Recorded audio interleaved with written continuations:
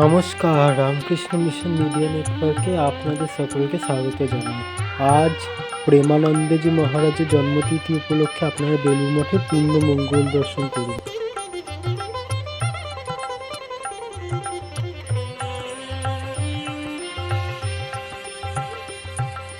त्वं मे ब्रह्म सनातनी मां शारदयेश्वरि सुभगे मां। त्वं मे ब्रह्म सनातनी मां शारदयेश्वरि सुभगे मां।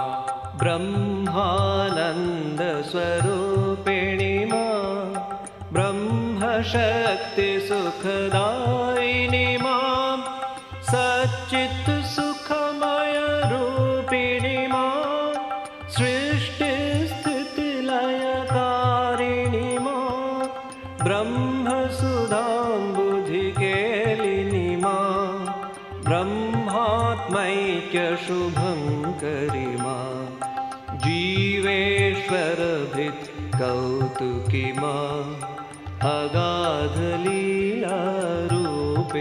मां। त्वं मे ब्रह्म सनातनी मां शारदयेश्वरि सुभगे मां।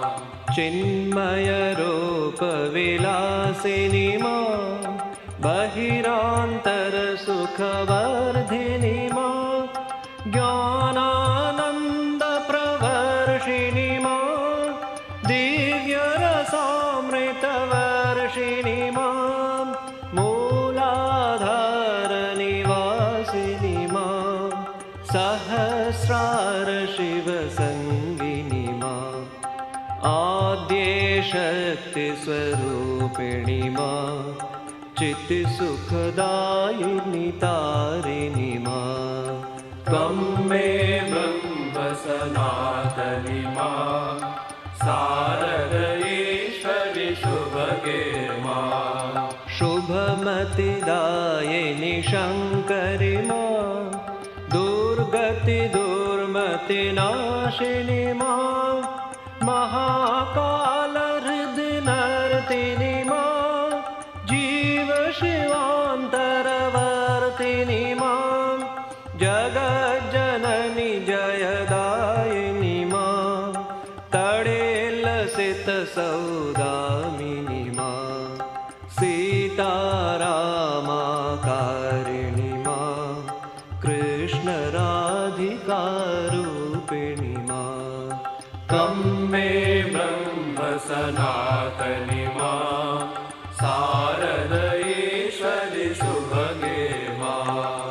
कमनीयाकृतिधारिणी मां भवसागरभयहारिणी मां शान्तिसौख्यचिरदायिनी मां शान्तिमहागुणवर्षिणी मां कान्तिवराभयदायिनी मां गिरिशान्कोपरिवासिनी मां हरार्धनारीरूपिणी मां नटनमहेश्वरसङ्गिनी मां।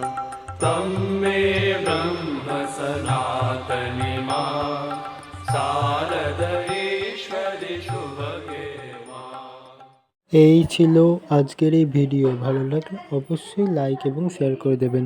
আমরা রামকৃষ্ণ মঠ মিশন নিয়ে আবার ভিডিও নিয়ে আসবো। ততক্ষণের জন্য আপনাদের সকলকে জানাই ধন্যবাদ এবং নমস্কার।